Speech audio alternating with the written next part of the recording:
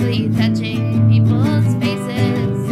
And maybe the whole joke is that they're bumping into different places. A spectacular, macular generation. Tunnel vision to your television. And do they off this movie with audio descriptions? They're movie buffs who know their stuff. You'll be thoroughly entertained. Join Sky and Melissa throughout film history and Citizen White Cane. Hello. Hi. And welcome to Citizen White Cane, the podcast where two blind people decide if they're going to accept Disney's apology for making a truly offensive, critically despised train wreck of a film. My name is Sky McLeod. I'm Melissa Bukta, and spoiler warning, no. And I love how you don't even have to consult me and you're correct. Yeah, so we were watching Mr. Magoo this week. Oh boy, did I pick a stinker. We knew what we were getting into. That I is feel true. Like. That is true. We had to do it eventually. So we take one for the team on this podcast. Yeah. I remember seeing this movie in theaters because my mom, my brother, and I went to watch it in theaters. I mean, yikes. Just had to run out and see Mr. Magoo. You got to, apparently. Oh my God. And even then, we left the theater, and usually we're talking about movies and da-da-da-da, and this movie, we just didn't talk about it. We left and just completely silence and then completely forgot about it. We had to go all the way across bloody Anchorage to go to the Diamond Center, which is all the way on the other side of town, to see this stupid movie. Oh my gosh. And I was just... what was okay, so was it there like a certain advocate for this movie in your family? Like a person who's like, we gotta see Mr. Magoo? I'm stupid. Oh, it was you? Yes, and I want to see every single Disney movie. And then I just remember I felt so let down, and I just stopped watching live action Disney movies right after this movie. So funny. Which it's funny because this is like a live action Disney movie, but it's based on a cartoon. Yeah, it's based on an old cartoon. I think from the 60s. I want to say. I think actually 50s and 60s. Yeah, I think it started like in the 40s, but then went to through the 60s. Mr. Magoo is a bit of a timeless character, as in they were still making Magoo themed things like in 2018. I think was the latest one. Yes, I even watched an episode of that. New like short. They're 7 minutes long. Because I was like, really? Are we need to bring back Mr. Magoo of all the characters? Is that really what we want to be doing right now? But yeah, no, as recently as it's like still on. So as recently as currently, they're still making Mr. Magoo properties. It's truly baffling. Yeah, and question for you, because I didn't watch the short. I mean, after the movie, I just wanted to wipe my brain with a sponge. No, I'm referring to the TV show. Yeah. So what is that like? Current Mr. Magoo? It's not. I mean, I read some info on it as well. It's just like, I guess he's like they make him a little bit younger, but he's still kind of like, he's not like a kid or anything. I mean, he's still like, kind of in his 50s probably, the character. And it's kind of just like it feels like a 90s cartoon almost, some sort of like, I don't know, what would be an example? Well, are the jokes still the fact that he's visually impaired? Yeah, I mean, it's the same plot. They're not addressing that it's problematic in any way. They're just kind of like, I guess they're slightly toning it down, but it's really not really. It's just like, it's the exact same thing. It's like, he's blunt, like, he can't see who he's talking to, and he doesn't and he's riding a bicycle on top of a car and thinking he's riding a bicycle, which is like the first shot of it, which I'm like, how do you get up there? But like, what are some of the other things he does in the episode? I think he just basically is stupid, doesn't know what's going on, and yet somehow the entire world like just corresponds for him to kind of get his way or to defeat the villain who like is apparently the most unlucky person ever because Mr. Magoo somehow always beats him. You know, it's kind of like there's something sort of nightmarish, I think, for me about cartoons in general, that it's like we have to have the exact same plot every single time. There's something that's existentially like threatening about it to me. I mean, it's very formulaic. It's easy to keep a show going when every episode is like this happens and then this happens and he defeats so and so. It's monster of the week, right? But like with no continuity, nothing ever goes forward, and you're just constantly having the same joke. It resets at the end of each episode. Yeah, and with Mr. Magoo too, it's like one of the ones where it's like literally not like, oh, these different characters are learning different lessons, and we like, you know, even if the characters don't remember, they still are like, we feel like we get to know them better. It's just like, no, it's just like the exact same thing this stupid guy Mr. Magoo can't see, and also seems to just be like not aware of the world in general. Like it's like he can't see, but a lot of stuff is just like, okay, well that doesn't even have to do with sight. Like I mean, we are incredibly spoiled as far as cartoon children's entertainment, that sort of thing. And I'm not going to compare Mr. Magoo to Avatar because there's no Last Airbender, because there's no comparison. Yeah, but Steven Universe, right? Steven Universe, as Mr. Magoo. Yeah, exactly. You know, Toph, Mr. Magoo, they're one and the same. Yeah, no, but that's true. We're so used to these characters that are well drawn out and they have a rich like epic journeys with a whole universe that's created. Yes, they learn, they grow, and that's just not what kids were watching back then. Cartoons were a lot of them, especially in the 80s and on Saturday mornings, they were designed to sell toys. They were designed to sell a product. Yeah. I don't think Mr. Magoo was. I don't think so. No, he's just been himself. But I've never. Well, because it's like kind of like the Warner Brothers, where it's just like there's a lot of characters that get in that have this is the situation they get into.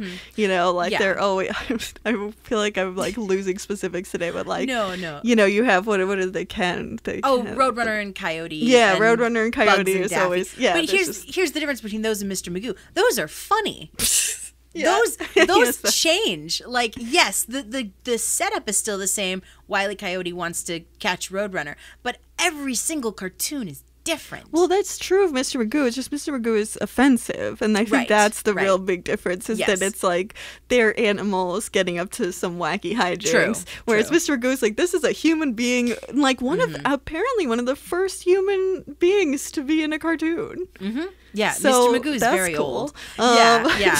I just like this is one of the first films where I found the idea and the performance truly offensive. Yeah. I couldn't it was believe like it. It was like the level of Blinken, but it's like, what if Blinken was in every single scene? Right. Oh, yeah, I totally thought about Blinken too, and I'm like, why is this worse than Blinken? Because honest to God, I think this is worse than Blinken. Yeah, well, because I think it doesn't get a rest, like, at all. And also, Mr. Magoo, like, is truly never really redeems himself. He has no real he's just like gets himself into trouble, and any good thing he ever does is seen as well something good happened to him, despite of like him being not a very capable person in any way at all. I mean, his catchphrase is like, "Oh, Magoo, you did it again." You know, and well, Mr. Magoo doesn't have a character arc in this film. Yeah. At all. I mean, I think what they tried to do is make a live action Mr. Magoo cartoon. And I guess on that fact, they succeeded. Well, good for them. Yeah. It's a pile of shit. But you did it. It's honestly because the beginning credits and at the end, they do a little bit of like, this is, we're in the animated world. And then we like turn into the live action world, which when was the last time a movie did that? Very weird. But like, I think that even watching the cartoon at the beginning, I felt like it worked better than the whole movie. Yes. Because I think it's just probably because it's just a lot of it's cartoon logic. And so when you don't have the cartoon logic, you're just creating situations that are ridiculous, and you kind of have to like do a lot more like work behind the scenes to make things even happen at all, because everything is just so ridiculous. But then it's just like everything that he does that in a cartoon would be like, okay, cartoon physics and stuff. Right. It's like you actually have to like give actual justifications for why it's not cartoon physics. And so you're just like left with these ridiculous scenarios where it's just like it feels like someone is just like just jogging and breathing so heavily, trying to like get any situation where it makes any sense for this to be happening. Yes, you described this movie perfectly when you said after it was over, I felt exhausted. Yes, yeah, that's what I said. I felt the same Before way. We were recording. Yeah, it just starts and then doesn't stop until it's over. Yeah, but I don't feel exhausted in a good way. I just feel like I want to throw my hands up in the air because I'm just. Nothing that is happening makes any sense. No. And even though they try and pull it together, and it isn't like see no evil, hear no evil, in the sense that there are two characters that we can connect to, and even though the story is batshit, right, we have these characters and even the villains that are cool, and I don't mind. I honestly didn't mind spending time. And it's about their relationship, right. And there's no relationships here at all. Like, everyone's kind of against each other, I guess. I mean, basically, literally every single character, other than, like... Mr. Magoo, Walter, and I'm just going to call her Jennifer Garner because I don't remember her name. She is, like, an ambassador from a made-up country that sounds Middle Eastern. Yes, and so the way they dress her is, like... Jackie Onassis meets Bollywood. It's super ridiculous. Weird, and it does make me think that they were like, oh, we need like an actor that's not blonde, like that. I feel like that was what, because Jennifer Garner is a white person, at least to my knowledge. Yes, but she even spoke with like this like kind of barest hint of like some kind of an accent, and I think when you. Like, I think Princess Diaries got away with this because they made up the country of Genovia, which is this, like, white like European, a little, more could European. Be France, could not, maybe not, you know, and Julie Andrews is the queen. Julie Andrews is the queen. I would want to live there. But, but like, this one is just, you name it Kurdistan, but Jennifer Gardner, and I'm like, you could have at least put a person of color in this role. Like person who's brown and tried a bit, but it was like 97, so I really do think they were like, this person is not blonde, and so that is as ethnic as we can possibly think. But you know, it's okay. It's okay because you've got Stephen Tobolowsky in brown face, so it's fine. Yes, it's everything true. is fine. I was like really offended by Jennifer Gardner until that happened, and then I was like, well, I guess I'm more offended about this now. I couldn't believe it because I'm not kidding. I haven't seen this movie since 1997. That I saw it in theaters and I never watched it again because why would I willingly put myself through this? My jaw hit the floor because I kept looking at him like, is he? He's not. Is he? He's not. And then he takes the turban and you see the top of his head, which is lighter than his face, and I'm like, oh no. Oh my god. And I was like, I didn't even catch that. It was just offensive enough that he was dressed in, like, because he was delivering food for the Indian setup, restaurant, I guess. Right. The setup is he and the CIA agent are going to steal the diamond back from Mr. Magoo and catch him in the act. So they go to his house disguised as delivery people so that they can get into his house and like take the diamond back. But in doing so, like Stephen Tobolowsky gets out and he's wearing this like full on like turban, robe, shirt. I mean, and brown face. It's and I'm like, ridiculous. Why do we need this? It's so unnecessary. Just he could have been a pizza delivery person, right? Why? Or he could have been someone delivering, like, you know. I guess this was before Uber Eats and everything, but it doesn't. It's not like the ethnicity of the person delivering the food. Right. I mean, I just do. He could have been a Greek. They could have been a Greek food delivery. I don't understand. It's just completely it was just gross. Like this is the gross. 90s and the things that and you kind of got a sense of like it was so like gratuitous. You were just like, I think this was seen as funny. Like, I think this was actually supposed to be part of the comedy back then. Like he gets out and he's in this funny disguise, and it's so wacky, and ha ha ha, you know, and Leslie Nielsen can't see, and he's doing all this stuff, and it's so wacky, ha ha ha. Which it made me mad, because I was like, so they have this disclaimer at the beginning of the movie that Disney put up there, and I'm like, is the disclaimer even for us? Because it's so offensive to like Indian people, anyone who's Middle Eastern. There's a lot of offensive things to different racial groups in there. Right. I don't even know if the disclaimer is for us. They do say it does talk about like inaccurate portrayals of people from different cultures. I don't think this particular disclaimer mentions anything about abilities. That's the other disclaimer. But this one is specifically like race and culture and stereotypes. There is this, and we could see if we can call it my mom, because we can't read the disclaimer, because I just know that because my family read it to me, and so that's why I know what it is. Oh, I see. Because at the beginning of the movie, there is two different disclaimers. Yes, as you were saying, one at the beginning and one at the end. One of them came with the movie when it was screened in the theaters, and that's the one at the end. And since it is probably later on audio described now on Disney Plus, we are able to hear the second disclaimer, so we might play that as well. Right. But the first disclaimer is just Disney Plus just throws it before anything that's offensive in their catalog.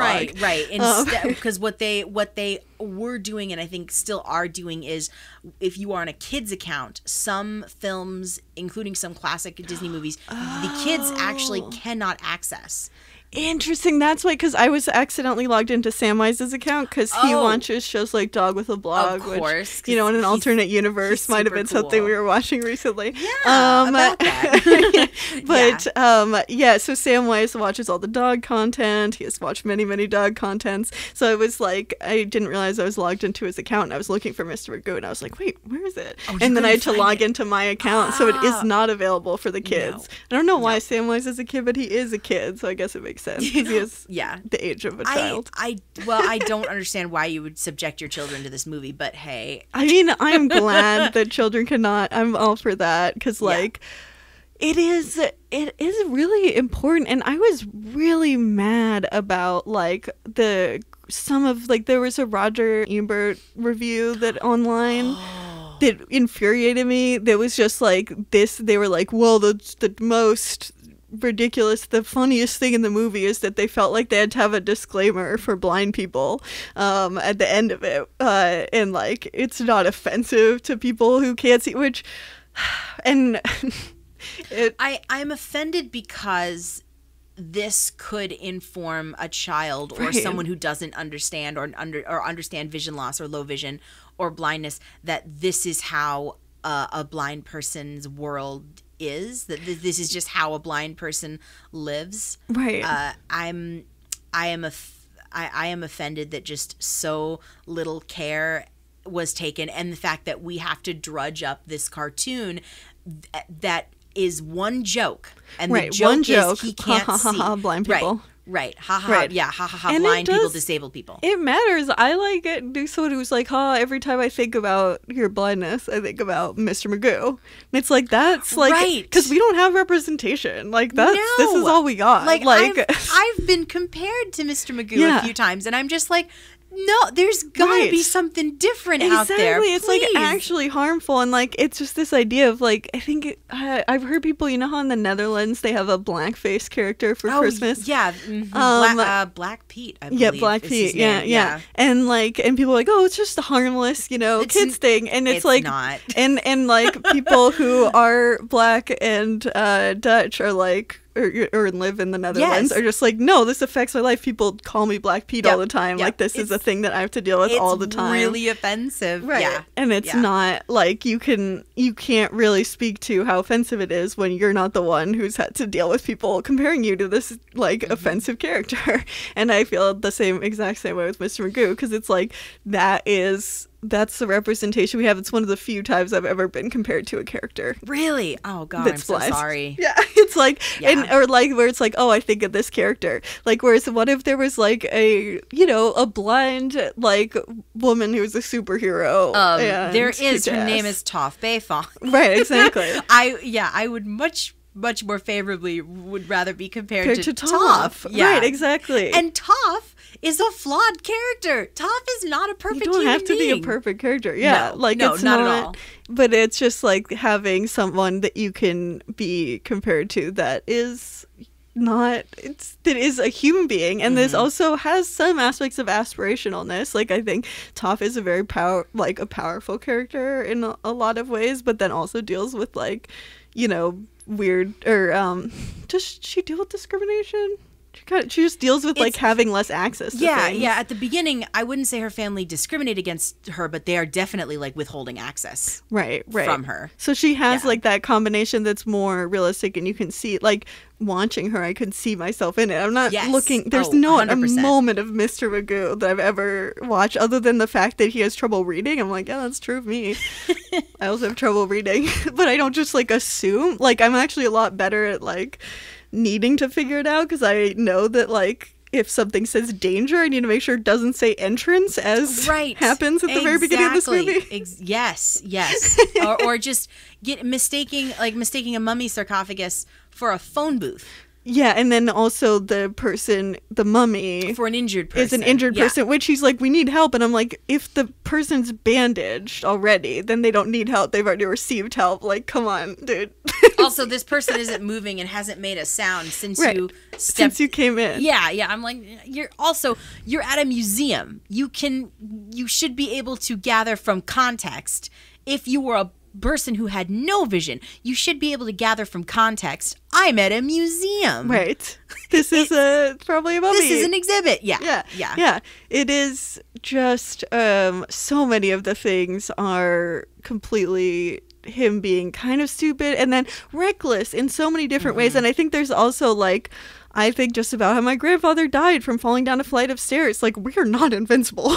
We are extremely humans are fragile in ways. I mean, I think we're also very durable in other ways, but there are ways that we can die very easily. We can die by getting hit by cars. We can die by falling downstairs. There are a lot of ways that other people may be less likely to die that we have to worry about. And so I think to have this character where it's just, he's untouchable, and it's the whole world is just moving to kind of make him safe, is also completely irrational. Right. That really gets my goat, because the world is not like that. Yeah. I have been in accidents before. I have been hit by cars before.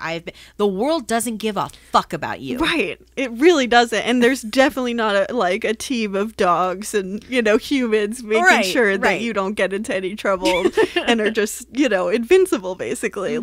And it's just for when we already have to deal with I think I've had to explain to people, it's I have more fears for my life, I think that's something that can be hard for people to really understand, that you just have to do a lot more to stay safe, and to see someone who's just truly not doing what any reasonable human being, a reasonable abled person would never take the weird risks he takes. Right. And the fact that, he's getting away with it. And I don't want to bring race into this particular scenario, because I don't think it's the fact that he's a white dude, but in this movie especially, he's very privileged. Yeah, he has a lot of privilege, right? And he's the eccentric billionaire. I mean, it could be because he's a white dude. But I mean, it's not a real world, so we can't really speculate on why he has this privilege. No, but yeah, but he's a millionaire, and he can, he has access to all this stuff, money. And he can do whatever, and yeah, and so the world kind of sort of just morphs and twists and bends around him. I mean, I like the white dude explanation for why he seems so untouchable. I mean, though granted, there are white men who are blind and still deal with a lot of discrimination.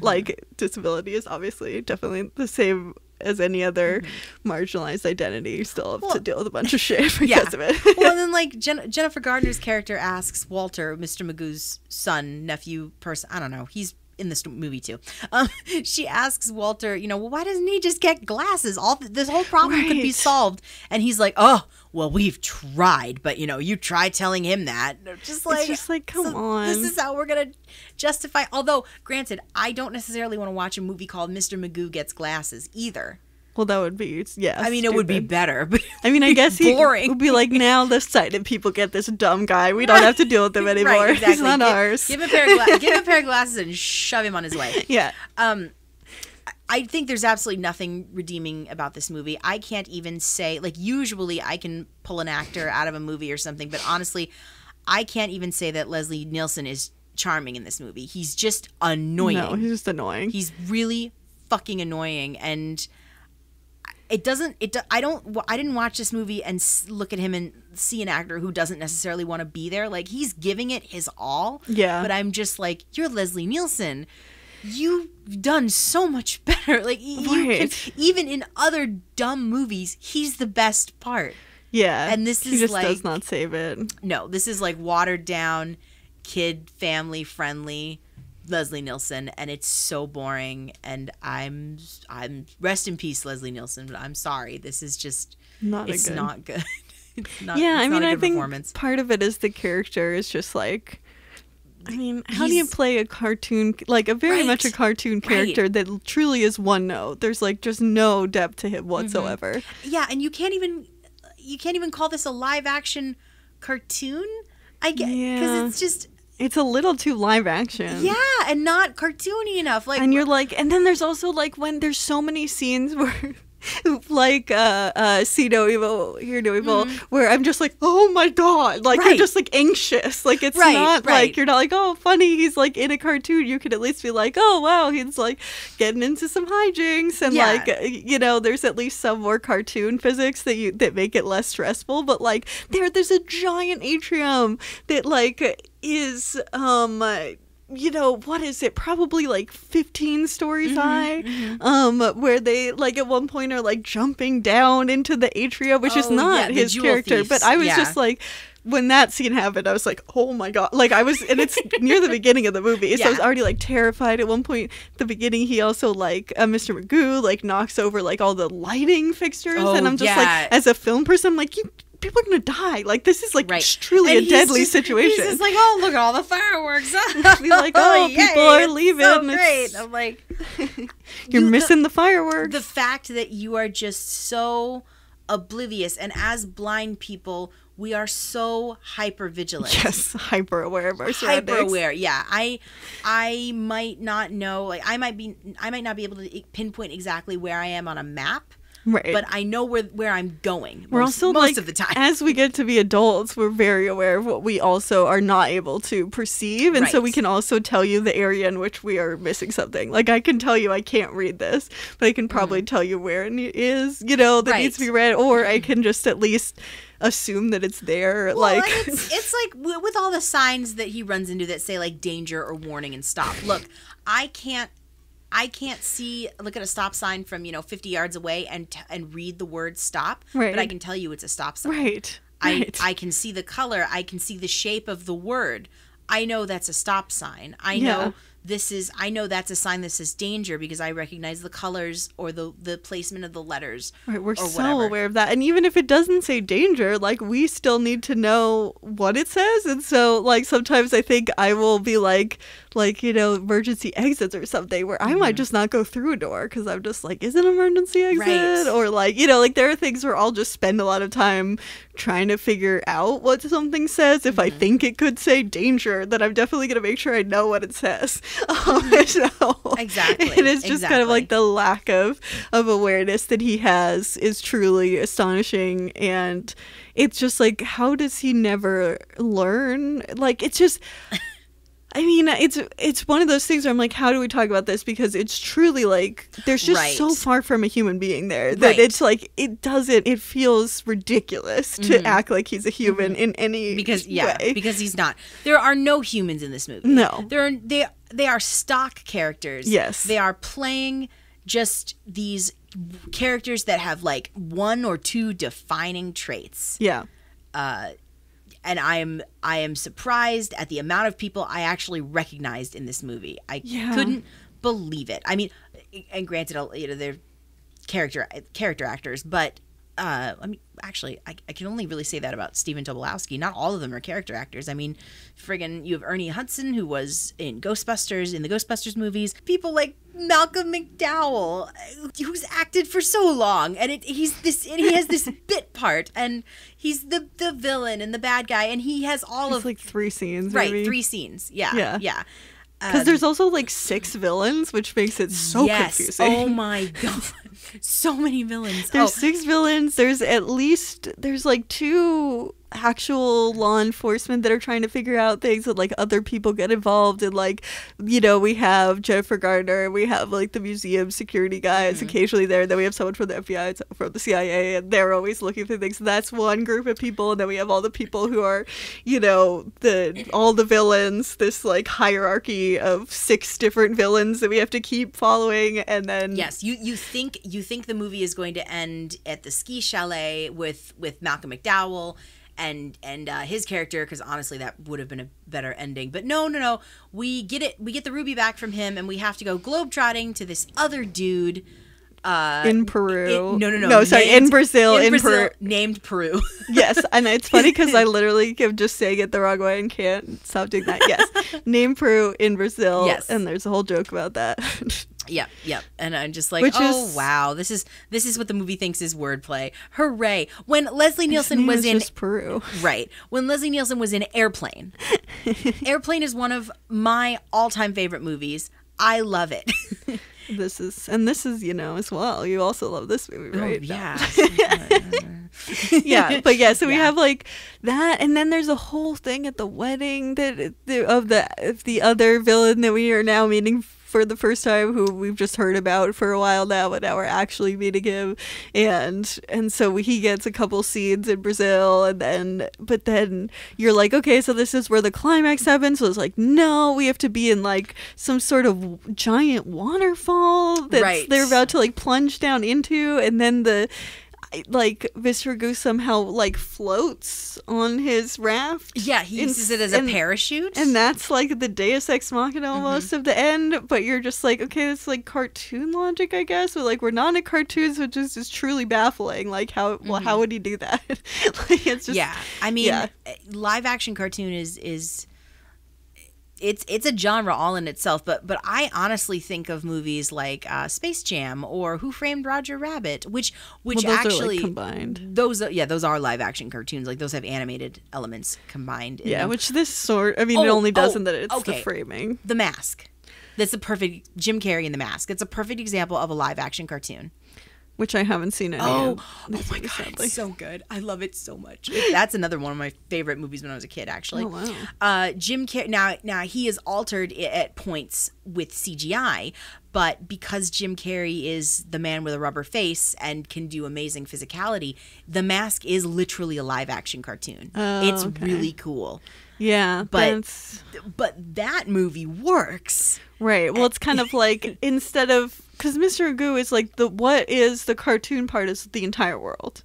Like, he as a character is just kind of like dumb guy, and he's part of, and instead of like, he can't see, and he's just completely incapable and seems to have seems to just be invincible. Right. But it's like the world is the cartoon. Right. So if the world is the cartoon, make it a cartoon. I would want more stylization of sets or costumes or characters, like the way they walk, the way they interact. I would honestly ask maybe for more cartoon sound effects. I don't know, but like The Grinch. It's true. It just doesn't do enough of that. Like, it would at least be, I don't think it would be a good movie at all, but at least it would just be like a better example of how to make a movie in the correct way. Like, it would just be a more sensible way to go about this, because this is just like such a failure on all accounts. Like, I brought up The Grinch, another Jim Carrey movie, because if you watch that is a live action cartoon. That is like watching the illustrations from the Dr. Seuss book come to life. Right. It's also really cool. So it's kind of like the Truman Show, because that's a whole world that they create, you know. Yes.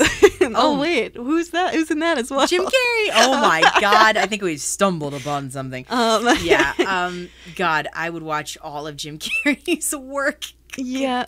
Instead of watching this movie. I mean, I think you're totally right, though, because I didn't even think of this, but yeah, like, most of the characters or most of the actors play like, you know, just kind of like a bad 90s comedy acting that's like not cartoonish at all. It's just kind of like, you know, just mostly kind of, they're not super physical other than Mr. Magoo. Yeah. Like, they're pretty just kind of there, and there's like some like I guess like some of their humor is in the dialogue or sort of situations. It's just none of it's funny, so it's hard to remember where it's supposed to be because none of it lands. But like, yeah, it's just the the characters other than Mr. Magoo are pretty just kind of like people just being like generically doing things. Going through the motions. Yeah, and it's not very cartoony. No, I didn't laugh once watching this. Not once. I was super excited to see characters like Stephen Tobolowsky and Ernie Hudson and Jennifer Gardner, but I honestly... No. Although, the one thing I don't know if enjoy is the right word, but the one thing I really love about this movie, the one person is Kelly Lynch, our hit woman, Lucia. I think she's great. I think she knows exactly where she is and exactly what kind of movie she's in. I really do. Yeah. I really, really do. Every time she was on screen, I was like, okay, now this is something is gonna happen. Yeah, she's more physical too. She is. I mean, also, she's super cute, and little Melissa in 1997 realizes, oh wow, I think I like women. Yes, she gets to wear some really lovely costumes in this movie. I'd say it's the only good thing to come of this movie, period. Thank you. Yeah, especially at the back half of the movie. My favorites being her silver catsuit and the getup that she's wearing in McDowell's villain's lair. Oh yeah, what is she wearing? She's kind of like in a. She's very scantily clad. Because they're like all these bikini women. Yes. Okay. So here's my theory about that. I think that is a very sly reference to Caligula, which is this insane movie that Malcolm McDowell was in, where he plays he plays the Emperor Caligula. And the thing that this movie goes down in history for is it is incredibly smutty. Like, none of the women wear clothes. Because Caligula in Roman history was this emperor who would have these like insane parties, like, these bacchanals, these orgies, like just everything. The Hefner of his day. Exactly. Yeah. Good comparison.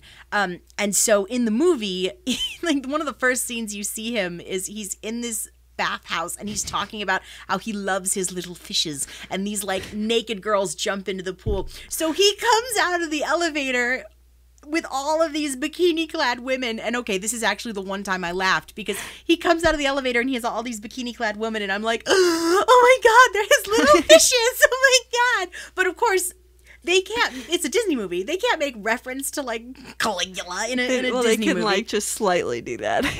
Right. So I honestly don't know if that was intentional. I bet it was. In my head canon, it's absolutely I'm sure intentional. It was, because it's like, that's, it seems like enough to not get through censors, except for, not really, because you still have like scantily clad women. Right. I mean, so I guess it's like that's the main thing that you would be ripping off, and then you could argue would not be. I mean, I don't think that's that big of a deal for kids, though. No.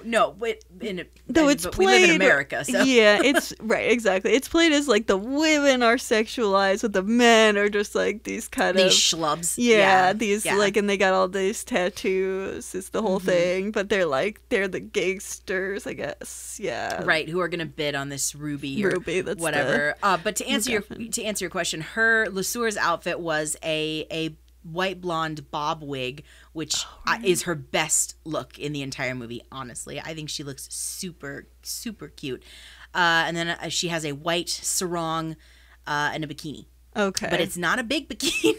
It's fairly very on there. Skimpy bikini. That's so funny. Yeah. And honest to God, I want to look this up online, because I swear I think they edited a few shots out of this movie, because I remember. I feel like I remember the fight in the pool house was longer, and you got to see more of her. Interesting. Yeah, because she kind of comes out of nowhere. You expect to see more of her than you do. Right. I truly think when the blind people were like, "Get this out of the movie theaters." I know. Yeah. How long was it lost to time, I wonder? Well, I mean, it came out in 97, and like after 2 weeks it got pulled.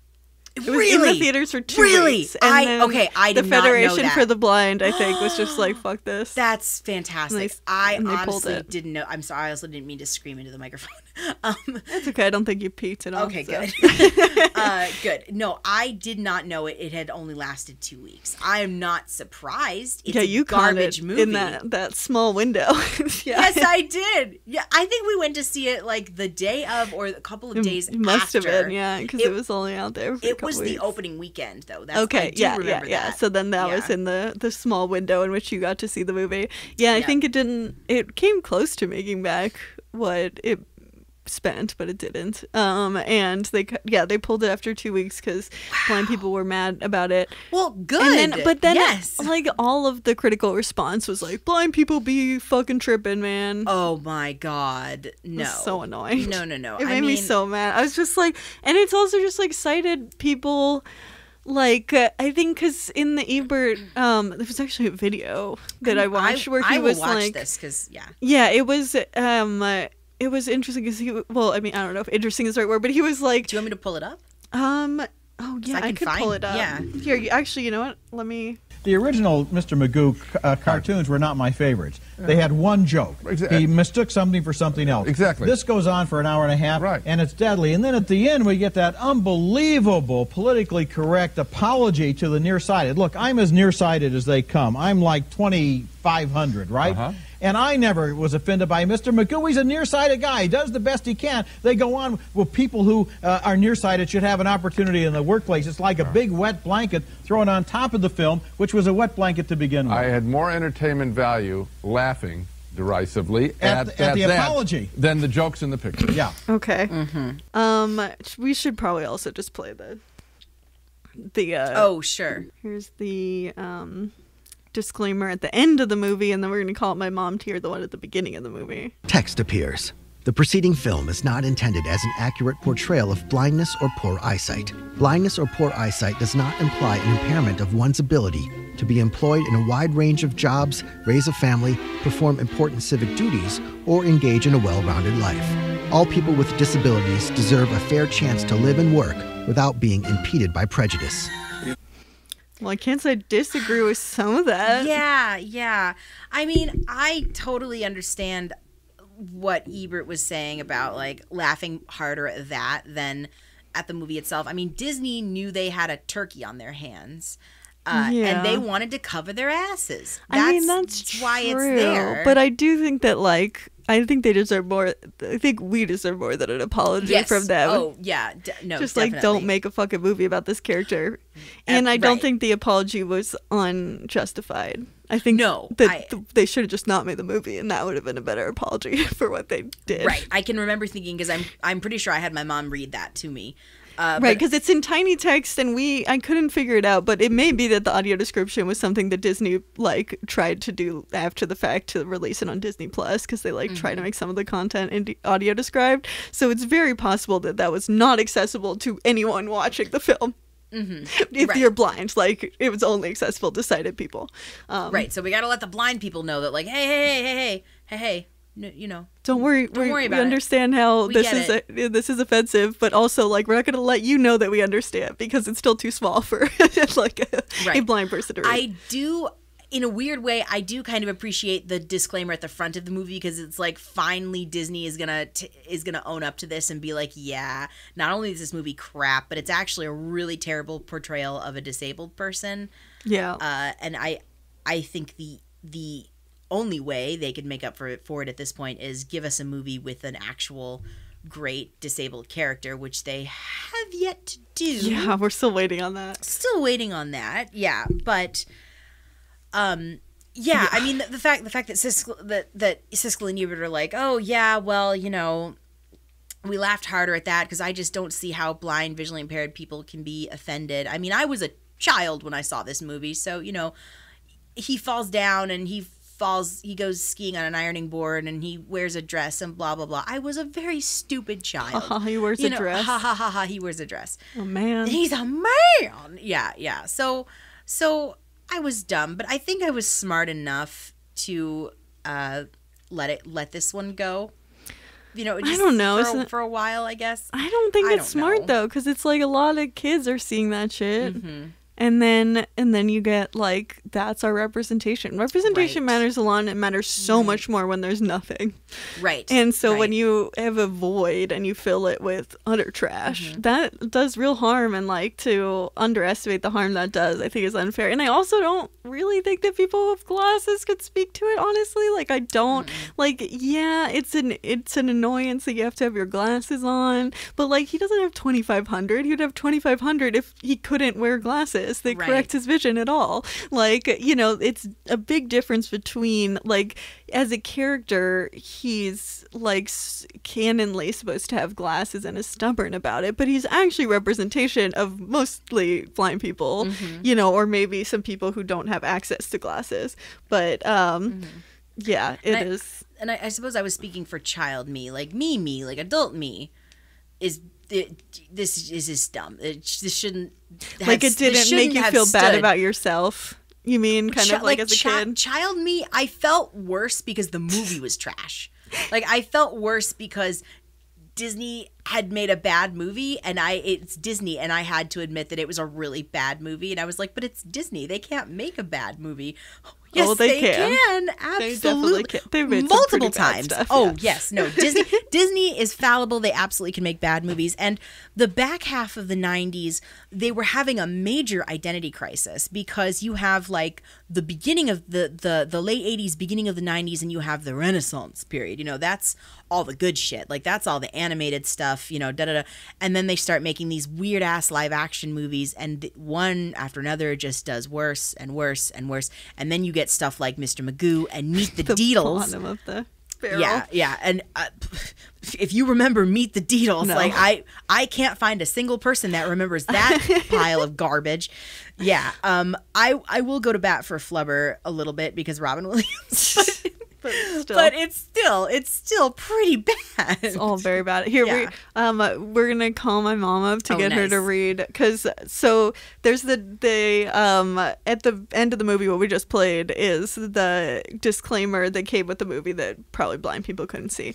But then now that it's the future, as you were saying before, Disney Plus has added something. It's on the screen for 20 seconds, and it is tiny text, and the audio description does not read it to you at all. It is completely impossible for a blind person to read. You cannot pause, so you cannot read it. So it is actually truly inaccessible. You Googled it so that you could blow it up and try to look at it. And then what I did is I had my family read it. So I'm gonna call up my mom, and she's gonna try and read it to us. Cool. Okay. Hey, Mom. Hello? Hey. So we are talking about Mr. Magoo today, and since the last time I was talking to you, you read me the disclaimer at the beginning of the movie. I was wondering if you would be willing to read the disclaimer to us, since we can't see it. Hello. Absolutely. All right. Read the disclaimer, but don't watch the movie. It's awful. Yeah. Is it as bad as I figured it was going to be? Yes. Probably worse, honestly. Well, I used to watch Mr. Magoo as a kid, and I never liked it. Yeah. It was always stupid, but it was a cartoon. So, and Leslie Nielsen is very slapstick kind of humor. Oh, yeah. Yes, and definitely. I hate that. Yeah. So, for me, it's just not a mom-friendly movie. It's funny because I don't like Leslie Nielsen's performance as Mr. Magoo, but you say that, and I can't imagine any other actor playing Mr. Magoo. And I honestly can't. Like it. I think they picked the right actor, but the movie is just awful. And also the character is awful. And the character's as well, awful. So. You can't go right is the problem. Got it. All right. Okay. Here we go. You want me just to read the content advisory, right? Yep. The 20-second thing before the movie starts. Okay. It keeps going away. Hold on. It is very hard to get it to stay. I'm not going to read it in a Siri voice. Okay, tell me when you're ready. We're ready. Content advisory. This program includes negative depictions and or mistreatment of people or cultures. These stereotypes were wrong then and are wrong now. Rather than remove this content, we want to acknowledge its harmful impact learn from it, and spark conversation to create a more inclusive future. Disney is committed to creating stories with inspirational and aspirational themes that reflect the rich diversity of the human experience around the globe. To learn more about how stories have impacted society, visit www.disney.com/storiesmatter. Woo! Yes. You did that in time, too? That was fantastic. I'm surprised you got it before it disappeared, too, because it only gives you like 20 seconds. Oh, no, we found it. We found it Oh. in Yes. details. If you go to details, it's there. Oh, okay. I hadn't tried that yet. Okay, Yeah, it's cool. also details. I did know that, but I just thought it'd be funny to call my mom to read it. Yeah, there was that no was great. way I could read that when it was on the screen. It was only on the screen. I mean, when I started reading it, I got halfway through and I was reading it to myself, not even out loud. And it's still, yeah. Well, Yeah. Well, thank you, Mom, for being our eyes today for Yes, this. thank you very much. Very dumb movie. Anytime. I love it. You're very welcome. Have a fun podcast. Thanks. Talk to you later. Take you later. Bye. Bye.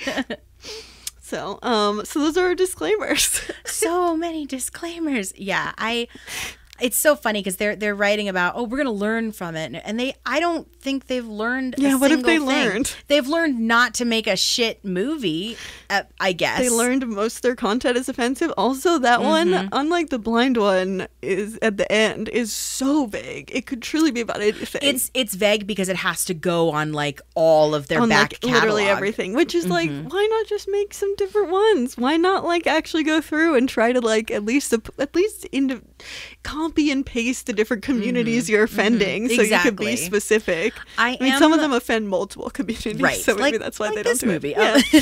I am very glad that we can still access this garbage, because I don't think throwing it under the rug, like it's the whole Song of the South thing. Yeah. I don't want to watch Song of the South. I have no desire to sit down and watch it. However, I think that content should be available to be seen for historical purposes. If we want to move forward, sometimes we have to look back at where we've been. Right. And I think Warner Brothers and Looney Tunes has made the right decision, because they were doing this long before Disney was ever doing it. Any of the DVD box sets that you could get, especially the ones with all of the World War II cartoons, those cartoons are very, very racist. Right. Really incredibly ethnocentric, chauvinist, very bad. But before all of the content, any of the content, there is the Warner Brothers version of the disclaimer, and they're not. It isn't necessarily an apology, but it is an acknowledgement that obviously these stereotypes are not appropriate, and when these were made, we were living in a different time, and we present them to you now as historical artifacts. I mean, I guess so. I think it always made me mad, like in history class, or sorry, not in history class, in film history classes, we would have to learn about, Birth of a Nation and stuff like that, because it was just like. Right. I think when you contextualize things as this is offensive, when you watch Mr. Magoo for a podcast with very disability rights activists, blind people, and we talk about how offensive it is, I think that's the contextualization that it makes sense to have that content. But I don't think that I think when it comes to looking at film history, because this is where this discussion comes up a lot, because I don't think that we should bother with Birth of a Nation or some of the offensive things that happen just because Birth of a Nation is it's editing, and it's no, that's not contextualizing it in the right way that it needs to be contextualized. You can contextualize it to show this is how harmful depictions of black people still to this day harm black people. That is one way to contextualize it. But this introduced editing because of D.W. Griffith is not. I don't think it's just not appropriate at a certain point. Don't teach it as something we should learn from. Teach it as the thing that it is, which is a thing that perpetuated harmful stereotypes. Right. And it's even if it had some sort of film history, even if it did add some editing techniques to how we tell films, I think you can talk about that in a textbook, and you can make an offhanded reference to the movies it came from, but then also say these are really offensive and are not, and don't show them in schools and stuff. I don't think it's. But I think we should, in an academic sense, or we should still have the right to have access to that content. Yeah, I think, I know I'm leaving.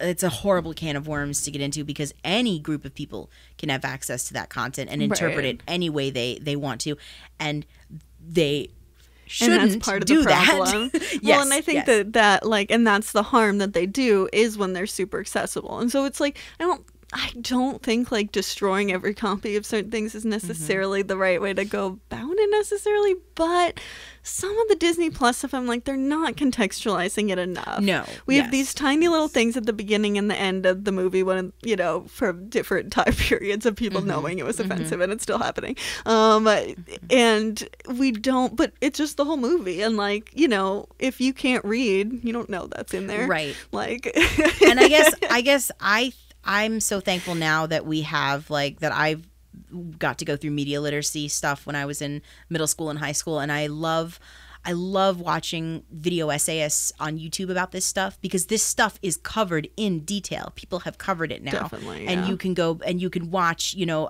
a First Nations person talk about the very terrible portrayals in Peter Pan and why it's wrong, and why it's culturally well, and that's just so much more interesting. Insensitive. It's so much more interesting than like a, you know, what is it called? A form letter at the beginning of every single thing on Disney Plus, because they made so many fucking offensive things in their history, and it's like they don't even write different copy for the different things. They just put they slap the same thing on like 10,000 things. Like, I think that is when like YouTubers contextualizing things on why they're offensive, what the problematic stereotypes are, then it's like an object lesson, and it's also a way of like contextualizing how like oppression continues, because these harmful images are like, you know, children watch all the stuff we're talking about. I mean, to recommend one, because I do this, like, this is my rabbit hole. When I can't sleep, I watch video essays. Lindsay Ellis is like one of my favorite essayists, and she has a video called Woke Disney. And it looks at this stuff through the lens of the remakes, and how these things are being changed or completely. I'm so fascinated by their weird stuff there. Oh, it's so good. Yeah. So the video is called Woke Disney. It's great. Does it go into like how all the weirdness of it? Is it like a pro or I mean, she's definitely not in the middle. She's definitely not for it. Okay, good. No. She's not an absolute like Disney hater, because she's like all of us, grew up with Disney, and so it does have a bit of a soft spot in her, you know, in her childhood or whatever. Yeah. And I'm not trying to speak for Lindsay Ellis, but she does a lot of contextualizing an essay on Disney, and Woke Disney specifically starts out tackling Dumbo, because Dumbo. Did they even try to redo it? I can't remember. Yeah, they did. I haven't seen a single one of them. I've just heard all the controversy around. I've seen like a few of them, but yeah, I have not seen Dumbo. But Dumbo is one of the worst offenders. So the cartoon one, the original one, has some pretty offensive stuff. And do they just like, because was it that they didn't address it in the new one? Well, obviously they didn't address it, but not only that, they're taking and they are completely, I mean, the story, they basically completely redid that story, because Dumbo is also one of the shortest Disney movies. I think it's barely an hour, if that. Oh, really? Wow. It's very short, yeah. So they've added things in like, a little girl who works at the circus who's totally into math and science, but people don't let her reach her potential. They added a Civil War veteran who has an amputated arm, who is now working at the circus as well. I haven't seen the movie. I've only seen her essay on it. Well, it seems like it's fixed then. I think we're good. And did you know Beauty and the Beast, I think there's a 2-second shot of two men dancing? Oh yeah. Holy crap. Which is like amazing. Yeah, and it's Disney being like, we're woke. Look at us, but they're not. It's just like they're truly missing the mark. Yeah, exactly, and that's what this particular essay focuses on. You should check it out. It's really great. I'm obsessed with that stuff. It is ridiculous to me. I will check that out. That sounds cool. Yeah, it is. It is really like. I mean, some of the, like with Mr. Magoo, it's not like you could make a remake where this was not offensive. Like, it's just so to the core offensive that it's just not even worth trying. But, like, I think that they don't do enough to contextualize and to really come to terms with the fact that the actual wrong and harm they've done. They like to like do these things where they're like, oh, congratulate us for how cool we are without, but then like look at what we did. Yeah, right. Yeah. As if that like somehow corrects the well, it's like, century of fucking up. It's like with Tiana. They're like, oh, we have the first African American princess. Woohoo! Also, she spends half the movie as a frog. when Tiana the person is so great and so interesting, and I would love to spend time on her journey, but she spends half the movie as a frog. Okay, whatever. But they make such a big deal about having like, this is the first African American Disney princess, and I'm not saying you shouldn't make a big deal about Tiana. Tiana is great. We need more diversity in our Disney princesses, obviously, but the fact that they have had freaking decades to do this, and haven't done and they it. don't have a Jewish princess. They have a Jewish American princess. Yeah. We need a good old Jewish American princess. Yeah. Wouldn't you love what Disney would do with that? Especially when Disney was alive. No, sure. Yeah, no. But really, there hasn't been a Jewish princess. I've always wondered about that. No. They don't really do Jews at all. Disney. Not really. We run Hollywood except for Disney, apparently. I guess. But I mean, it's hard because they're, in some respects, they're trying, like, kind of, maybe, but it's the whole Coco thing. So Coco happened, Disney Pixar's Coco. Right. Coco is a beautiful movie, dare I say a masterpiece. Coco is amazing. Yeah, if my mom was still on the phone, she would beat you up if you said anything other than a masterpiece. Good. Coco, no, Sky's mom. Coco is a masterpiece.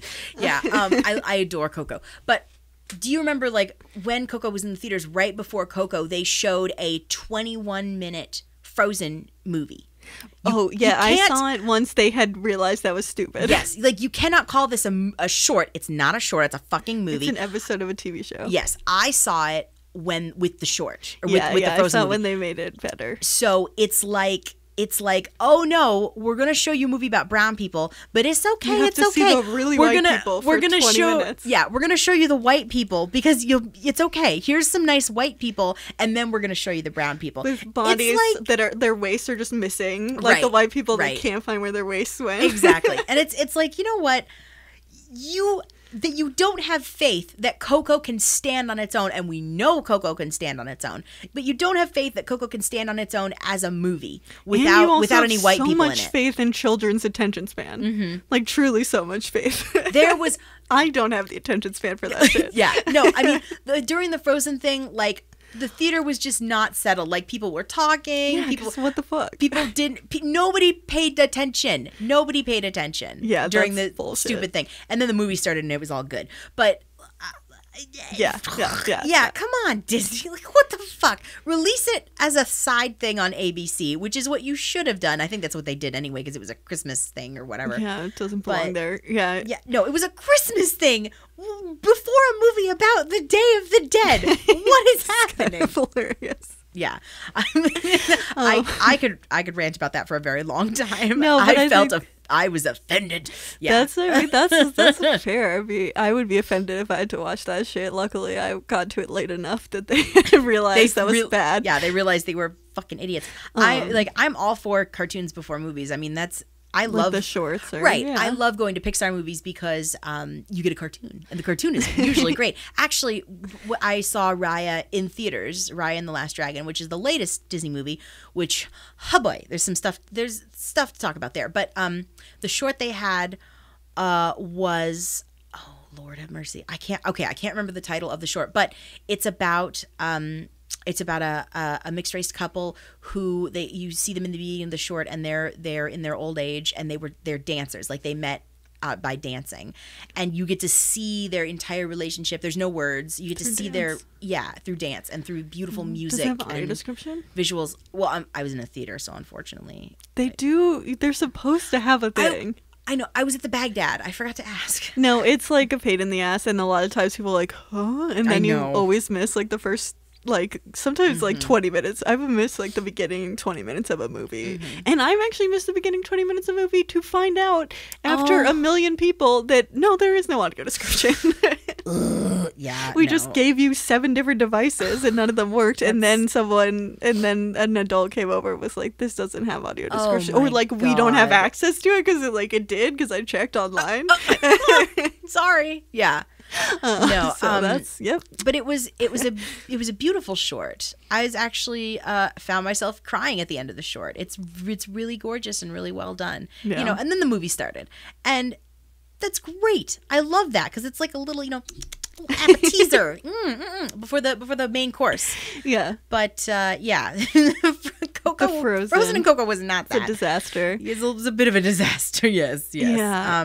I mean, they just Disney is such a aggressive company, has so much power. I was just saying this wording even about like OCR technology that we need to read, and how sometimes the way that Disney does copyright laws and the way that they enforce them is actually truly ableist, and there's no recognition of copyright, kind of predatory copyright infringement. Copyright is the way it is because Disney changed it. Right. Mickey Mouse and those characters, they should technically be public domain at this point, right. but they're not, and they never will be because Disney changed the copyright laws. Yeah. And so they are to blame for one of the something that is still affects our lives really severely. When that technology is not available to us, we can't go to college. We can't. There is some truly large consequences for the kind of copyright laws that Disney has made, and the fact that they're constantly trying to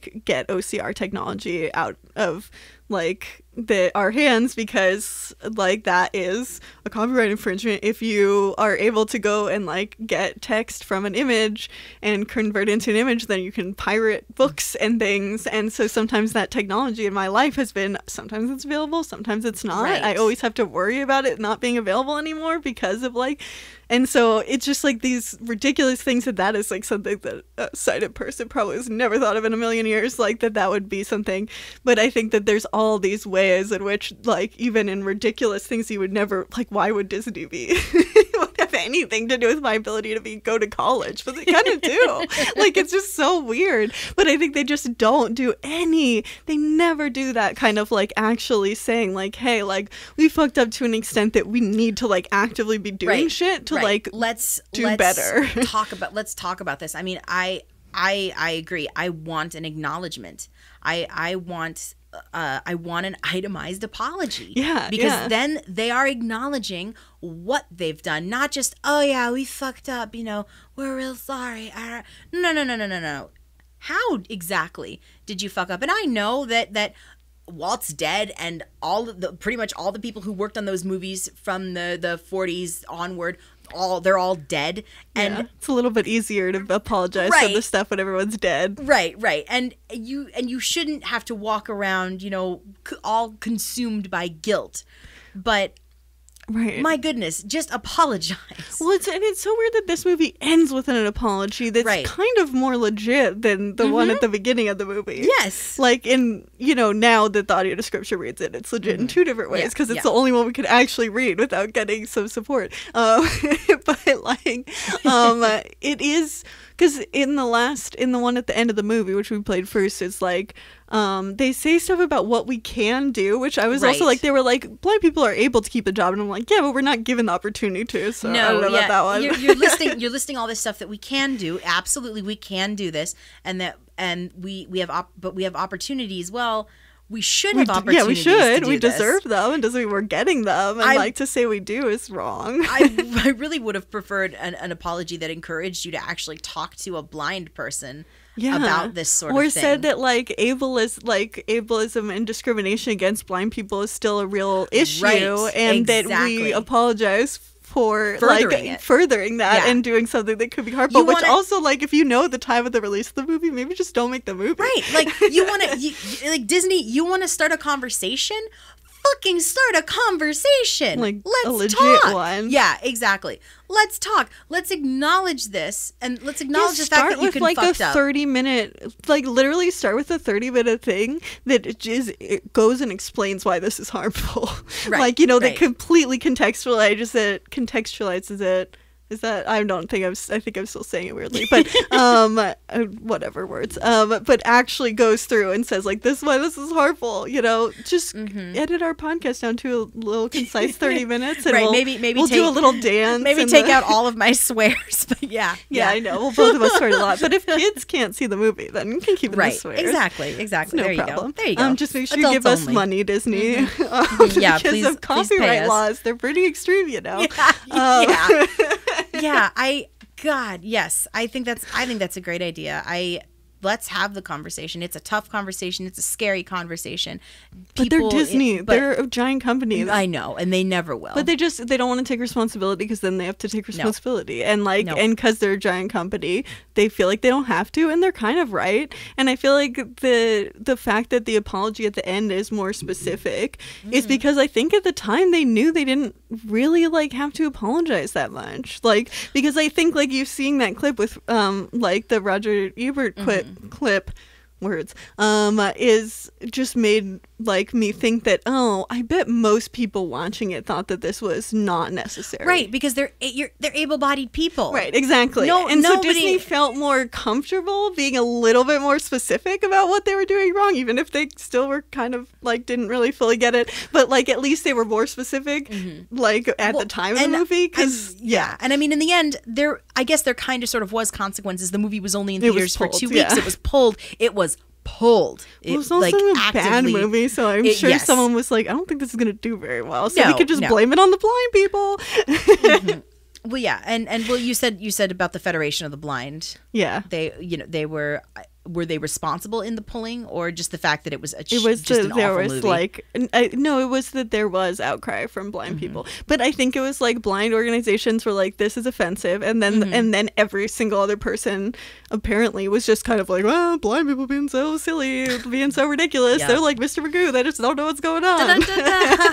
No, they couldn't even see the movie. What's the point? Yeah, exactly. Why do they care? And that, so I think that's why they said that, because it was kind of a bit of a like, oh, wink, we have to do this because of these stupid blind people are getting on us. I mean, if they had made this movie about like, I don't know, like a person with a developmental disability or a mental disability or a person with another type of physical disability, I mean, you wouldn't even show this to anybody. Yeah. It would be just terrible. You Yeah. couldn't do that. It's really shocking. It's confusing why they don't feel responsible, and they like, yeah, you just can't do that. I think it's just, I mean, I think also the fact that they made Mr. Magoo, which also the sad thing is Mr. Magoo is one of the few characters that sees closer to what we see. Because I most know, of the right? characters, he's one of the few characters that's actually part of the 90%. Yep. Except for they don't let him be part of the 90% of blind people who have some vision. 90% again, it's 90%. They don't let him do that because he's not blind at all. He just doesn't want glasses. And I feel like that is actually kind of like the most, like the thing that like they just like get away with it because of that, because they're like, well, he's an abled person, he's just stubborn, and he could have his vision fixed and he has enough money for glasses, so like he's just a stubborn guy, which is like, yeah, okay, but he's functionally a blind person, and so it's kind of, you gave him to us if you're gonna do that shit. But I feel like they use that as like, then anyone with glasses can be like, well, I'm kind of like Mr. Magoo, and I have the authority to say it's fine. Well, it also profligates the whole like, oh, you can't see, why don't you wear glasses? Right, Glasses exactly. Like that's gonna fix everything. Like, dear able-bodied people, glasses doesn't always help a visually impaired person. My glasses do not give me 20/20 vision. Yeah. My dad's glasses do give him 20/20 vision. Right. I thought you were going to say, do give me 20/20 vision. I'm like, Melissa, oh no. I've tried my dad's glasses on. They made me very sick. Yeah, I was going to say, that would have been so funny though. His glasses are insane. Although I've had my friends try on my glasses and they've also gotten sick. So Glasses, you got to get the right ones. Yeah. That's why I never wore glasses when they kept fucking throwing them at me when I was a kid. And I was like, I don't think this is the problem. They're not doing anything. They just hurt my head. But yeah, it's just the whole like, no, no, glasses isn't gonna fix it. And who knows? Maybe deep down, Mr. Magoo knows that glasses ain't gonna fix it. What if he? Yeah, that's the thing. What if he really is just blind and like, and he's just like smart? But then it's just like one of those things where he still, because of the narrative being what it is, and like the writers in the canon, he could probably see. And at one point, we even have in the movie, we have him get his not cousin, his what are they called, nephews? Walter? Walter? No, it's Waldo. Because is it's it like, Waldo? Where's Waldo is how I remembered it. I said it wrong. Okay, I'm No, sorry. it's like, where's Waldo? Because he can't see it. He never knows where Waldo is. That's how I remembered. That makes so much. Okay. I don't know if that's why he's Waldo, but because I think I would assume, I don't know when Waldo was a character, if Waldo was a character later on, but I think Where's Waldo would have post-dated at least the original Mr. Magoo. Yeah. So I don't know. But anyway, yeah. So his nephew Waldo at one point, sort of near the beginning of the movie, is like, well, if he's not going to get glasses and he still insists on driving, I'm just going to make his convertible. The sheet magnifier windshield? Yes. What? And he was like, wow, I can see so well. But then I think, does he get it into any hijinks, or do we just leave it at that? No, he never, I don't think Mr. Magoo even gets to drive the car with the No, he does, like, he's like, oh, it's like I can see everything easier. But it's also like it's really magnified. So even if you were blind, that would still probably help you. Well, here's the thing. Magnifiers don't work that way. Thank Yeah, Science doesn't work that way. Thank you. Good night. Yes. Yeah. That is correct. Also, you're right. And the first time he drives the car, the song "I Can See Clearly Now" is. I'm like, wow, you guys just didn't care. You just didn't think. The first idea is the idea that made it into the film. Too. I was like, oh wow, really right on the head there. Yep. Square on the head. We're Disney. We're not subtle. We don't know how to do that. Yeah, it's really bad. Yeah, and then I think he can drive okay. Like, but then we barely see him drive because they're like, well, now he's not doing stupid stuff anymore, so we don't care what he's doing he can drive okay. He does get to drive though, because there's that crazy ass chase scene where he they're drives, driving like, 3 different times in the movie. Yeah, but they're driving an eggplant for some reason, which is never explained. Why does he have an eggplant? Is he like he owns like a packaging company, like a catering company? I think it's like a food packaging company. Oh, which I don't remember ever I'm sure it was said in the movie, but I like just remember hearing it as I was reading stuff about the character.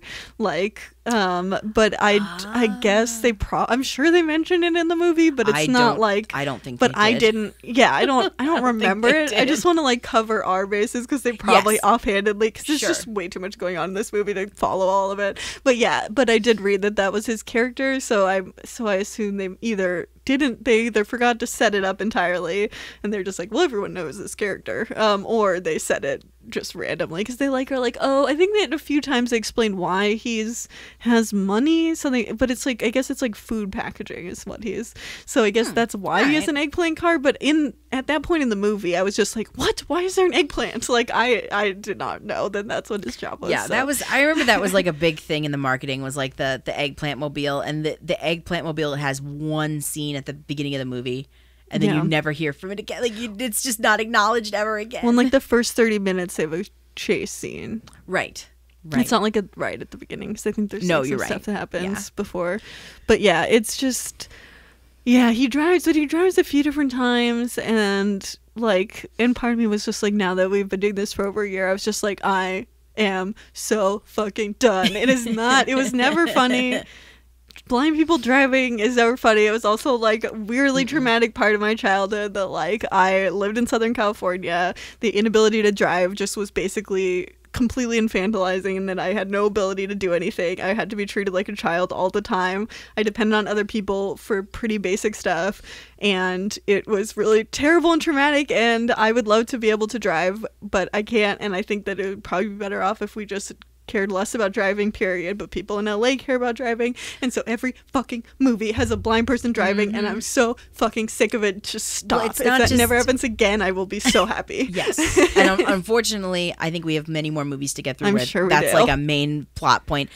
But also driving in America in general, I mean, we're car country. We're all about the car. Like, that's a rite of passage. Right. So and that's why it's so like harmful to us that it's a rite of passage. Right, because we don't go through that rite of passage. Yeah, and we're told we're basically made to feel bad about it. Like in Southern California, you're truly made to feel bad about it. And also people are like, well, driving is a privilege, and they don't mean that like you're privileged for the ability to drive. They mean like people who can't drive did something bad. Right, exactly. and public transit in not everywhere in the country, but public transit is not like it's like, oh God, you take the bus everywhere? It's like, why would you do that? Right, and you're seeing it's like a class thing, but then it's like, wow, if we could just Oprah give everyone cars, that would like save their lives. Like, it's not like, no, fucking more people, everyone should be taking the fucking bus. There shouldn't be cars because it's bad for the environment and it's extremely dangerous. And if more people took the bus like in Europe, then we would just have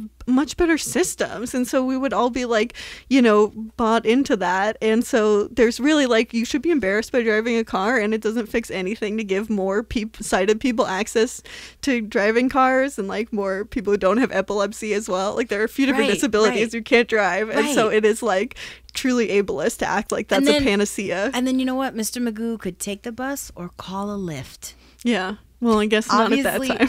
No, not at that time. Obviously, he should not be driving. Yeah, he should not be driving. That gave me just so much anxiety. And how has he not like had his driver's license taken away? Because he's a white and he's a millionaire. Yeah, I guess that's true. Yeah. Yeah, at least that I could buy. At least now we have, after see no evil, hear no evil, at least this white man. I'm like, okay, well, some of this stuff I'm like, well, he's a white man, so I guess that explains it. God, it's terrible. This movie. Yeah. Fudge. I mean, if we like, I feel like we've wrung it dry at this point. I think we have. I'm rather proud of us. Yeah, this was good. Yeah. And I feel like we did not talk about most of the movie, but no, we didn't. I don't think we had to. I don't think we should dignify it with real, like, in-depth. Nope. If you really want to watch this movie, which we obviously don't recommend, it is streaming on Disney Plus. You can still watch it, but there are so many more things you could be doing with your time. Yeah, there's so many better things. Giving this the time of day, really. Yeah, I agree 100%. Just write a screenplay with your blind friend, like about there you go, fucking actual blind people's lives. Do that instead of watching fucking Mr. Magoo. Any of Mr. Magoo's, really. I mean, just boycott it. Like the fact that this fucking stupid character's lasted 80 years and still there's content being made today with him in it. Fuck that shit. Like that's actually just stupid. And like I think we can say that that's actually bad for the culture. And like, yeah, you know, we can argue a little bit about, I guess, how harmful or how much he's a blind character or whatever. But there are so many better things to be doing right now, and there's so many better things you could be making. This may be a legacy character, but it's time for him to just amble off into the sunset. I mean, yeah, we could be done. Make him not invincible for another second. Let him die of old age. I mean, he's an old man. Something. I mean, he's an old man and he's still survived 80 years. How old is this man? It's far past human lifespan. Oh my gosh. Okay, well, should we even give it? I mean, we should give it a rating. We should, but I mean, you know. Yeah. I can go first. Go for it. I'm going to give this a 22. Nice. Nice. It's by far and away my lowest rating so far. Truly, like, not even for sighted people, because I think it's harmful to sighted people because it makes them ableist. Like, it is like, what does it have, 7% on Rotten Tomatoes? Yes, I think. Yeah, like 7%. It is truly hated by everyone, like not just blind people. So I guess we can agree on that, even if people hate it for just also being a bad movie. Which, yeah, it's a bad movie, but you should also hate it because it's just a bad character. But yeah, there's not really a lot of redeeming qualities. We can't even do it like, how would we make this better? Because it would be better if it was not made, and that's really about it. Yeah, it's a terrible movie. And it is offensive And it's also offensive to other people, too, weirdly enough. They still somehow get in some racism in there. Even though it's mostly ableism, they somehow manage to still get in racism as well. And yeah, truly doesn't need to. I also don't even think it needs to be on Disney Plus, but I'm glad we didn't have to pay for this movie. That is the one thing I'm very thankful for. So that is the good thing about it being on Disney Plus. But yeah, so that is my rating, 22, lowest ever.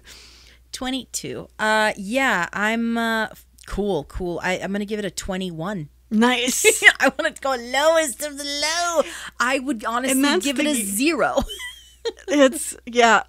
I think can we just make it's 20-0? It's just, just 20-0. It's just awful. It's not even like, because what I mean, I guess if something is 0 from your eyes, you can't see it at all technically. So I guess then it goes around again. Yep. Then so I guess we have to make it 21 because at least from 1 foot you could see. I had to like do the math in my head. Cool. Yeah. So I'll give it a 21. I think for all the reasons that you've stated.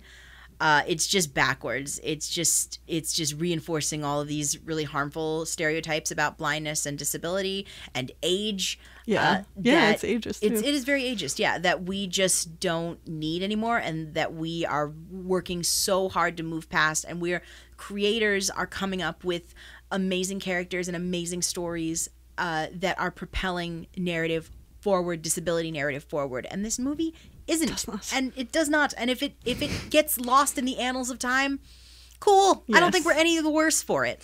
Yes, definitely not. Right. And if you really want to watch Leslie Nielsen, there are so many great Leslie Nielsen performances and movies and wonderful things that you can watch him in, and he is awesome in them. So go watch Avatar and Airplane, I guess is what I'm trying to say.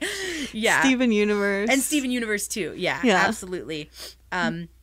Yeah, this movie's trash. Trash. Absolute trash. And it's not even fun trash. It's just trash. I really wanted to like laugh at it.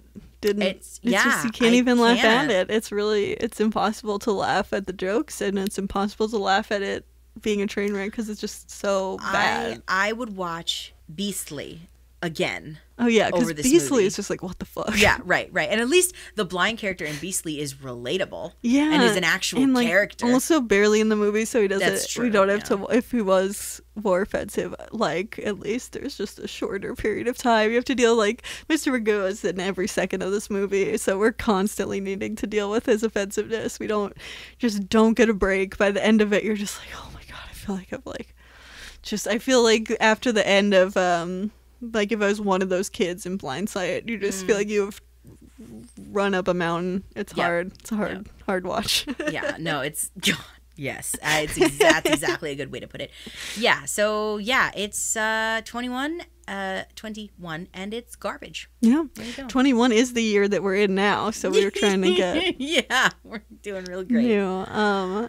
Oh, well, that's exciting. Yeah. We really love this movie, so yeah. Yeah. Let's talk about happier things. Yeah. Like, I don't know what we're doing next week. Oh yes, what we're doing next week. We are watching a movie called The Color of Paradise. Ooh. And it is I apologize because it is in Farsi. Oh, it's okay. You never apologize for foreign films. They're great. And it sadly does not have a more accessible English dub. It's also only on Voodoo to rent. Voodoo. Yeah. Is it Magoo? I can never see what it is because their icons weird. I'm not exactly sure either. Yeah, but Voodoo I know sounds like a word at least. Mm-hmm. I know what you're talking about though. Yes. Okay. So it's like it's like kind of hidden somewhere. I don't know a lot about what the plot is, but we'll find out. So coming next week for that. It's an Iranian production, and I think it's about a little boy. I don't know. I read the synopsis, but I really don't know a lot about it, so we'll find out coming next week to find out what it is. I am super excited. Yay. And what's the title again? It's called The Color of Paradise. The Color of Paradise. Okay. And it is rentable on one app. We're gonna try. We'll find it. At least it's not. There's another movie someday. Well, we've talked about it before, but it's like we have to like buy a DVD player to like watch it because there's no American DVDs. Oh, that feels like the holy grail right now. I know. I really want to watch that movie. Looks really good. It looks so good. Yeah. We're not going to say what it is until we get the like right. Until we actually get to watch it because it might be a whole project. That will be like a blind mountain climbing journey to get to watch that movie that we think might be good. We're like anything that might have good representation. We need it so bad. It sounds so good. But no, I'm really excited to watch this film. Yes. Okay. Well, I'm excited too. We haven't done foreign film. It's been a while. Yeah. So this will be a good. Good return to that. And what is your blind aside this week? Okay, so I brought in a song, actually. Okay. Which I should How copyright protected do you think it is? I don't know. I mean, obviously it's copywritten, but it's so my blind aside is so one of my favorite artists from the Pacific Northwest is Marian Call. Nice. And she sings about nerdy things, about home, about traveling. She's just got this like crazy beautiful voice. And I was listening to her EP last night. She did release something last year which is called Swears. Nice. And it's it's just a bunch of like her awesome music, but it's explicit. Nice. So the song that I brought in is called Fix It, Fix It. Nice. And I was screaming it at the top of my lungs last night because it just felt super duper cathartic, and it was exactly what I needed. I love that. Okay. I'm excited. Fix it, someone fucking fix it, fix it, fix it, anybody fix it, fix it, tell me how to fix this, fuck up, fix it. My favorite part of the song is the back half. It goes, today was my birthday, and I wanted everyone to notice. Today was my birthday, and I wanted nobody to notice. Fix it. Oh my God. And I'm like, oh my God. I feel that's so bad. This song totally gets me. Yeah. That's the exact headspace I'm in right now. My birthday's very soon, so that's how I always feel about it. Yeah. Yeah. I feel that very much. Yeah. And also never go to the dentist, which is a part of the song that we played, but also I'm gonna have to cut out. But yeah. Yeah, it's fun to go to the dentist. I love the chorus. It's simple and it's right to the point. But I adore Marian Call. She's amazing. She's actually played at Emerald City a couple of times, Nice. playing all of her nerdy songs. She has an album called Got to Fly, which is a Firefly concept tribute album. Classic, So of course, yeah, all the songs are about Serenity and the crew, and it's gorgeous. Aw. And that particular song is Fix It, and it's on the EP Swears, which she put out last year. That's last year, the year of swears, Yes. appropriately. Yeah. My blind aside is a panel that I was in. Yay!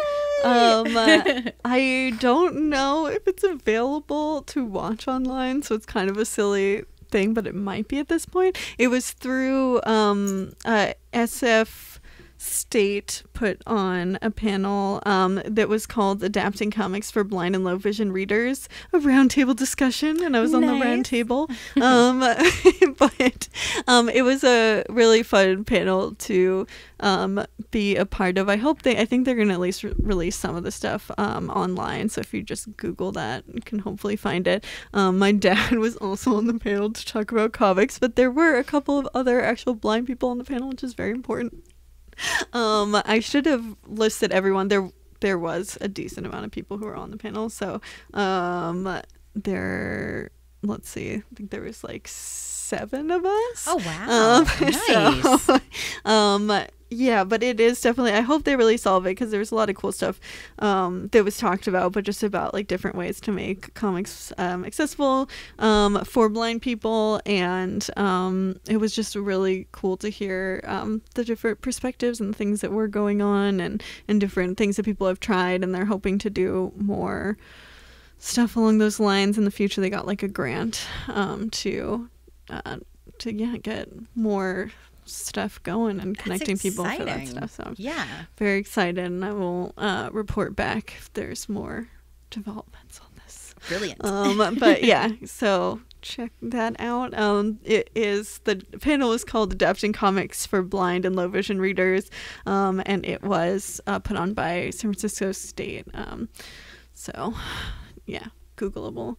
Awesome. Do we have anything else? Did we finish a podcast? Woo, I think we did it. This is a big one. Let's not do all of the different cartoons of Mr. Goo, please. I think no, this God, is, no. I think we're done. I think we can never revisit this. We've treaded this territory. It's one joke. It's one joke. We did. I think giving it this amount of time is even silly, but I'm glad we got to talk about some cool stuff related to it. Yeah, I think our episode was better than the movie. Okay, our theme song is by Lucia Fasano. Our YouTube is Citizen White Cane Podcast. Our Twitter is White Cane Pod, and our Instagram and our Facebook are both Citizen White Cane. You can send us an email to citizenwhitecanepod@gmail.com if you'd like to leave us a voice message. There's a link in the show notes. What is one joke that you could make about blind people that would be less offensive to do for 80 years? Do you also think LeSueur was super hot in this movie? And was she the gateway into your sexual awakening? Yeah. What do you have any ideas about? What was the country called that they made up? Kurdistan. Kurdistan. What do you think are their main exports from that fictional country? That's what I want to know. That's a great question. Any of those things, there's a link in the show notes. Don't forget to subscribe to the podcast and to rate and review it. That would be really great. On my phone, it doesn't let me review podcasts, and so I'm really mad. So please just do it for me. I'm not going to review our podcast because that would be weird, but it makes me sad because every time people review a podcast, I'm like, I can't for some reason. I don't know why. But if you can, use that privilege that you have to rate podcasts and rate this one and review this one, and then go and review other podcasts you like, because it's good for all podcasts you like. Anyway, that's my thing about rating and reviewing podcasts. And come back next week. We're gonna do The Color of Paradise. We'll see you then. See you then. Bye. Bye. Citizen White Cane. Magoo, you dog.